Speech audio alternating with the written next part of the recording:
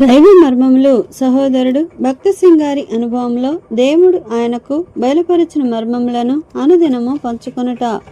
November 23. ఆకాశమందు నీవు తప్ప నాకెవరున్నారు? నీవు నాకుండగా లోకములోనిది ఏదియో నాకు అక్కరలేదు. కీర్తన గ్రంథము 73వ అధ్యాయము 25వ వచనము.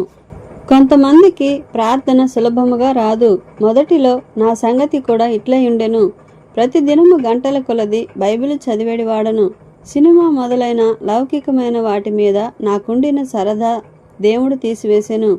దానివలన ఇతర పుస్తకములేమియు ముట్టక దినమంతియు బైబిలునే చదువుచుంటిని. చదువుటలో 12 గంటలు గడిపినను నాకు విసుగు పుట్టలేదు. అనుదినము కూటములకు వెళ్ళుటకు ఎన్నడూ విసుగొనలేదు. అయితే 5 నిమిషముల ప్రార్థన చేయుట కష్టముగా నుండెను. ఎంతగా ప్రయత్నించినను కొద్ది నిమిషములు ప్రార్థన చేయనంతలో నా ఆలోచనలు ఎక్కడెక్కడో సంచరించును లేదా నిద్రపోచుంటిని. ఇట్లు 2 సంవత్సరములకు పైగా గడిచెను. ప్రభువునకు స్తోత్రము. అటు తర్వాత ఆయనతో సంభాషించుటేట్లో ఆయనే నాకు నేర్పెను. ఇంత ప్రశస్తమైన అనుభవము ఇంకొకటి నాకు లేదు. వేరే కోరికలన్నిటినీ నా హృదయము నుండి ఆయన తీసివేసెను.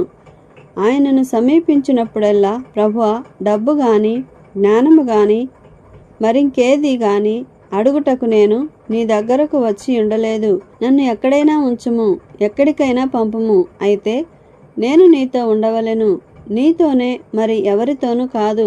ఈ ఘనత, ఈ ఆధిక్యత నాకిమ్ము అని చెప్పుచుంటిని.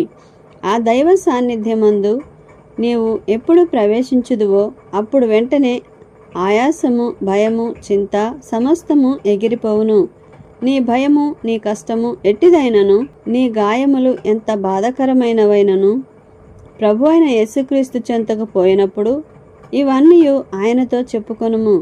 నీ చింత, నీ కష్ట దుఃఖములు నీవు తెలుపక ముందే ఆయన ఎరుగును. మోకరించి, ప్రభువా, ఈ సమయము నీతో గడుపుటకు వచ్చియున్నాను. నీ సన్నిధిలో నన్ను ఆనందించనిమ్ము అనుము. నీ కష్టములన్నీ మాయమైపోవును.